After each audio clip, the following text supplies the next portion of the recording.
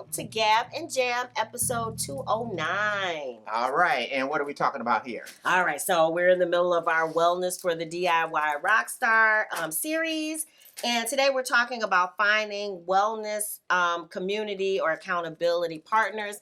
And when I say that, I don't mean just fitness, because we talked about being a part of communities earlier for fitness goals. Yeah. But mentally, you need people who are going on a similar journey so that you can share some of these, you know, some of the wins, some of the struggles, some of the resources. Yeah. Just some of the, you know, hey, we're in this together. There's something about that. Yeah. And it is really important. It doesn't seem like it because a lot of people feel like they're in competition, but we're really not. Yeah. You know, and a lot of times you learn so much more.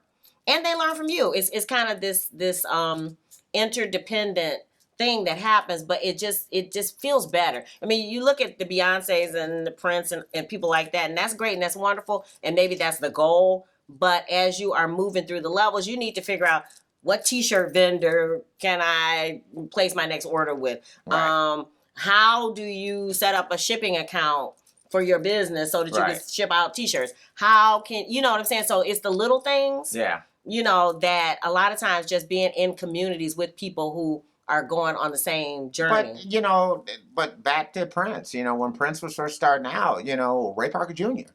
did a lot to help him out, helped him get his first studio. Yeah. They brought Prince's second album to him and basically said, hey, we want you to produce it. And Ray Parker Jr. listened to it. He said, it sounds like it's produced to me. It's done.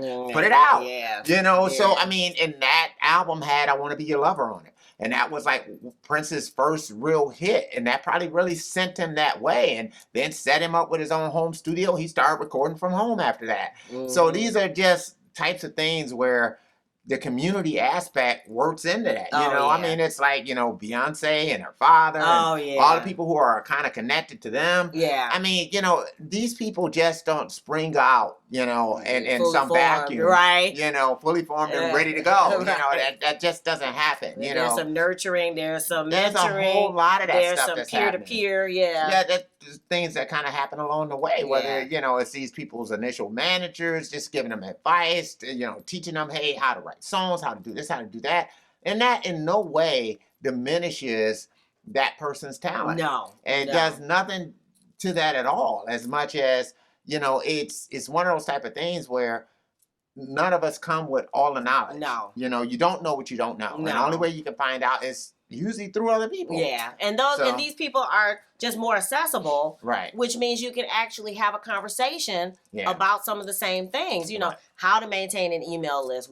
How do you set up a landing page? Just little things that, you know, or even I'm in a couple of podcast groups now. Right. And they're like, oh, so now what provider do you go through, or how do you label your episodes, or, you know, just little things. You know, you notice we changed the way the episodes are labeled. Right. Because some of the stuff that they were talking about made sense. I'm like, oh, I guess that does. Oh, you know, I'm saying it's like anytime I get new gear, one of the first things I do is join up in one of those Facebook groups. Oh, yeah. You know, and I know for me, we recently got the Behringer Wing. Yeah. And that digital mixer is set up like no other. Oh, yeah. So it's just a paradigm shift. It is. With how do you use it? And so, you know, I relied a lot on those, you know, communities and things like that to help to say, okay, what about this? What about that? You know, and, you know, once you kind of get going, you're like, okay, I get it now. Yeah. You know, but that was a huge part of it.